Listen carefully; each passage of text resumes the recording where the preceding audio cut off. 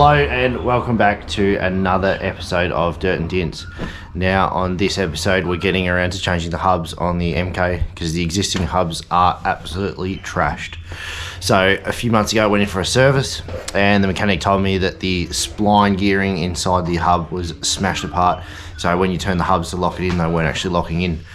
So we're finally getting around to getting some new ones on and we've got them down here ready to go.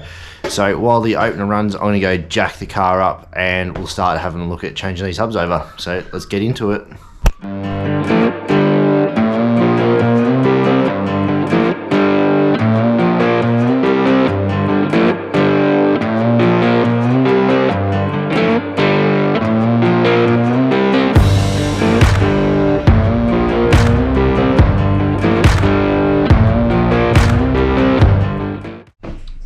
Alright, so now we've got the car jacked up. Try and show you a bit. We've got the jack handle just there. I've gone and cracked the wheel nuts before I jacked it up, obviously, because you're going to try and uncrack them while they're up, your tyres are going to spin. So now we've got it jacked up and we're ready to start working on changing the hubs over. We'll switch up over to our tyre cam and we can watch from above what we get up to. So we'll jump into it and have a look. So here's our existing hub that comes stock on the Tritons and we're going to change them out to our new Cozza 4x4 freewheeling hubs that I picked up from just online auto parts, and they are ridiculously quick and get them out. I ordered them on a Saturday morning and I had them by that Wednesday, so really quick and pretty cheap too for the quality you get. 2-year warranty. I mean, can't complain for the price either. So for the two, it cost me 150 bucks. So it's what, 75 bucks a side, which is pretty good. And they're Australian owned too. So they're up in Brisbane. So if you need good quality parts, check them out. So we'll undo these nuts here, all the little wheel nuts. And then our next job is to undo the actual face of the hub because you can't get those bolts out without that front faceplate off. And you gotta do it at a time because it's all springed and greased and behind it. So it's just easy to do one at a time. And then this, I don't know, you'd call it maybe a hub mount. We're going to clean it up with a wire wheel and we're going to give it a fresh coat of black paint so it all ties in with the new freewheeling hubs because it will look a bit out of place with fresh locking hubs and then an old mount. So we'll wire wheel it and then I've got some black engine paint because it's high temp. Give it a paint and make it all look fresh. So we'll jump on over to the bird's eye view and we'll start getting into it.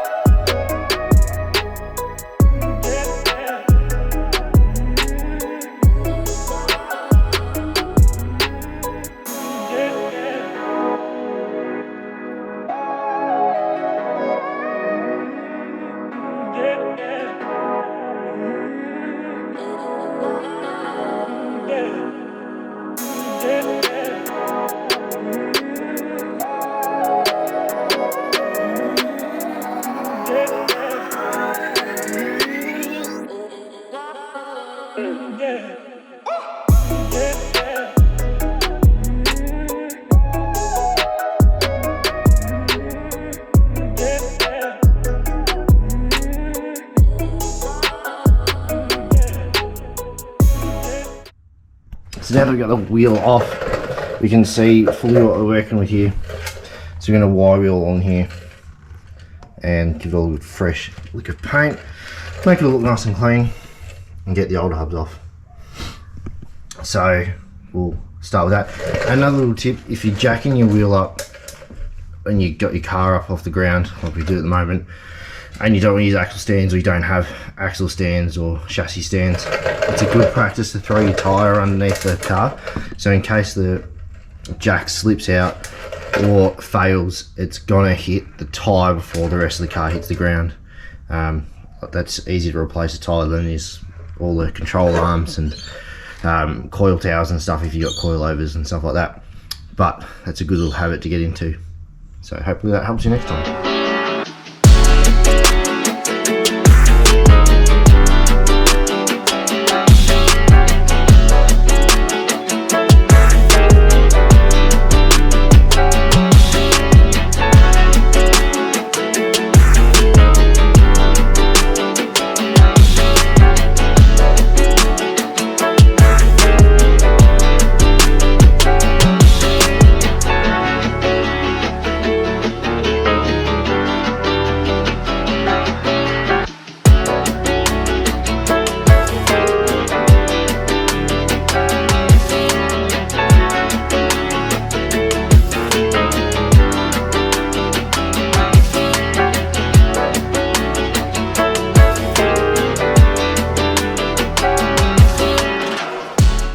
So here's the inside of our locking hub with the locking faceplate off, and you can see the grease is still relatively clean. There's a little bit of scraping and wear on the inside, but most of the damage is on the inside where the spline of the axle shaft goes into the back of the hub.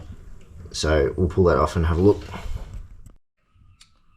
But as you can see so far, we've wire wheeled it all back, cleaned up the hub, or the faceplate for the hub, and the wheel mount with the wire wheel. So we'll give all that a nice flick of paint. So we'll mask up all around the brake pad. We don't want to hit the pad or the rotors. We might even give that a touch of paint. Nice red one, so it looks fancy. Maybe, we'll see how we go. Depends on time. But yeah, we'll mask up the rotor and then we'll paint the whole thing, make it look all nice and fresh. But first we'll get the rest of this hub off.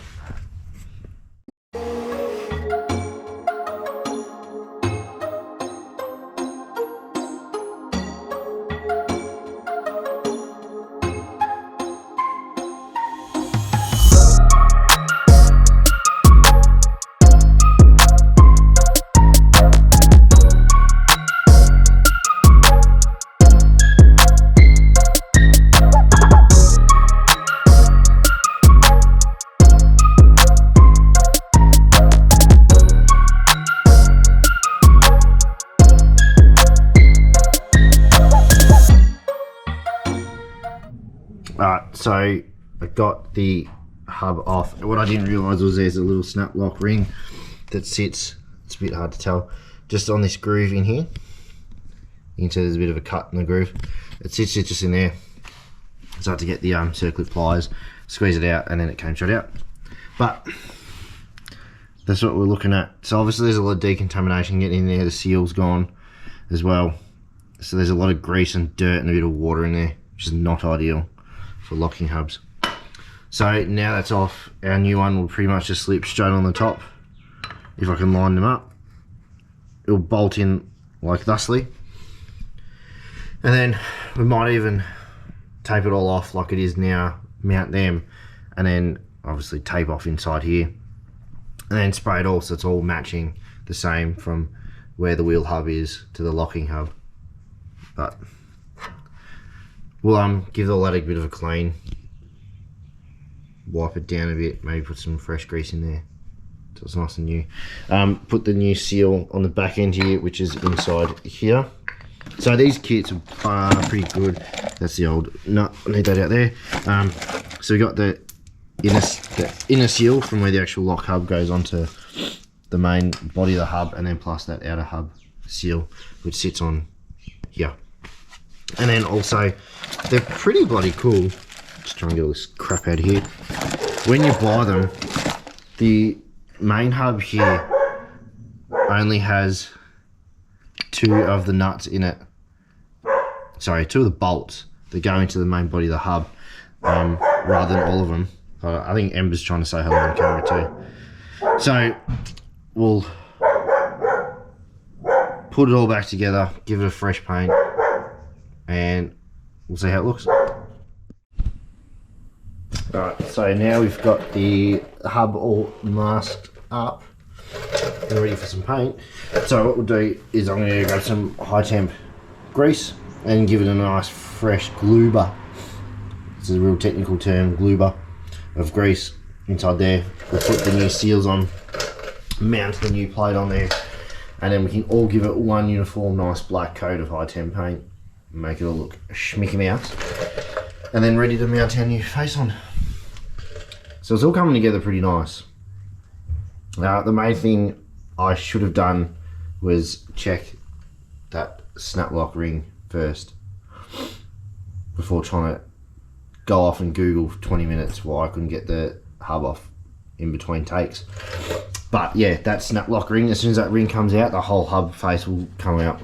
So the other side is going to be a piece of piss when we go to do that one, because I know what I'm doing. I'm sort of just floundering my way around doing this side. But just make sure you got good quality grease, good tools to get it all off, and you'll be kosher. So we'll go put a gluber in, and then we'll put the new hub on and paint. So keep going. So I've just gone and mounted the new, I don't know what you call it, locking hub mount. That it fits all the way over the spline, so it might not need this locking ring again, which is bizarre because I would have thought you need the locking ring, but apparently not. It sits all the way flush with the actual hub. So maybe that's just new school technology on old school cars. I don't know. Let me know what you think in the comments below. I'll also drop the link for these hubs and just on auto parts in the description. So if you ever want stuff, just go there, check it out. I am not sponsored, but I just think that it's a really good place to go to, just online auto parts. And Sparesbox too, if you ever need online car parts. I think they're two really good websites. They're really quick, pretty good prices too. So just for someone as a backyard, I think that's worth checking out. But we'll now give this a paint, and I might just go and have a look about that snap ring, because I'm a little bit confused by it now. So we'll say stand by on the lock ring. We'll just go and paint this and then we'll see what happens. Alright, let's keep moving.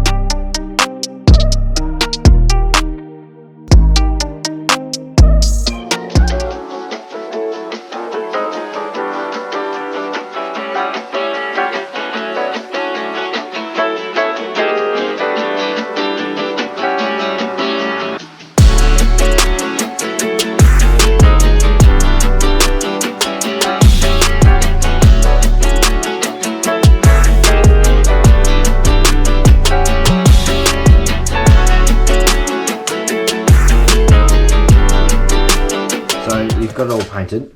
I can pull this out now. So it turns out, after a bit of research and the old man gave me a hint, was that we had to pull the spline out to fit that snap lock ring back on. So now it's back on. It's all painted up, ready to mount our new face on there. So we'll just give it a bit of time and then we'll mount it on, because obviously the paint's still wet. Give it a bit of time to dry and we'll stick it on. See how it looks once it's all done. So our new locking hubs are all on, and it's come up a treat, and the wheels back on too. So we're gonna give the car 50 k's driving on the current wheel nuts after I torque them to the manufacturer's spec for those wheel nuts.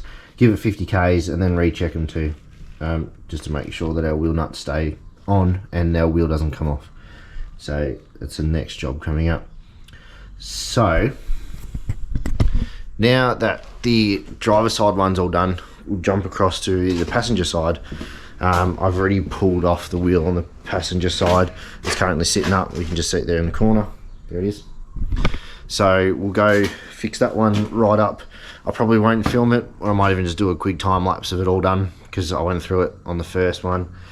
It'll be a lot quicker because I know about that snap lock ring now. So we'll start working on that one, and I think I might just time lapse it, save a few minutes of viewing. So let's get into the passenger side.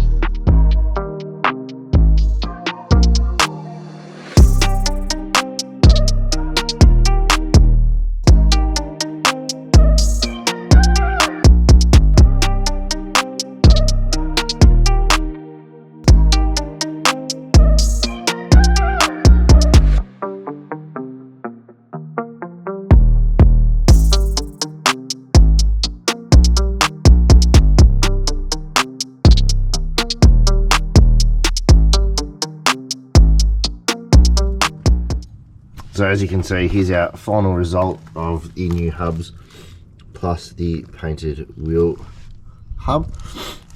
So it's come up pretty sweet. I'm pretty happy with that. Apart from the tyre rim, which we might look at doing a bit of an upgrade soon, because we're just running road tyres at the moment, but for the Fraser trip we'll probably look at upgrading to say some muddies or some aggressive all-terrains. So that will be coming up soon. So it'll be new rims, new tyres hopefully. But we'll see what's on the market at the time. Alright, so that's all the time we got for in this episode. So we're going to wrap it up here. Now, for the episode recap, we got the wheel hubs done. We also painted up the old hub. So that's all looking fresh and cool, ready for some new rubber and rims somewhere down the road in the near future, hopefully. And that will be in prep for the Fraser Island trip too, because obviously we don't want to hit the sand with road tyres. We won't get much tread, even though we'll drop the pressures, but still want a bit of tread. Anyway, so last episode I announced I had some upcoming news. Now for that news you're going to have to jump across to my Instagram, which will pop up below in a bubble. So hit follow on that to stay up to date with the news that I'll be releasing soon. You won't want to miss it. It is pretty bloody cool and I'm bloody excited. I generally want to tell everyone now, but I've got to sit on it and wait because it's bloody awesome. Anyway, if you like this video, hit the like button. If you like the channel, hit the subscribe button and watch a couple of other old videos if you're new to the channel. If not, just wait till the next video, which is coming out soon. And we will catch you then. All right, bye.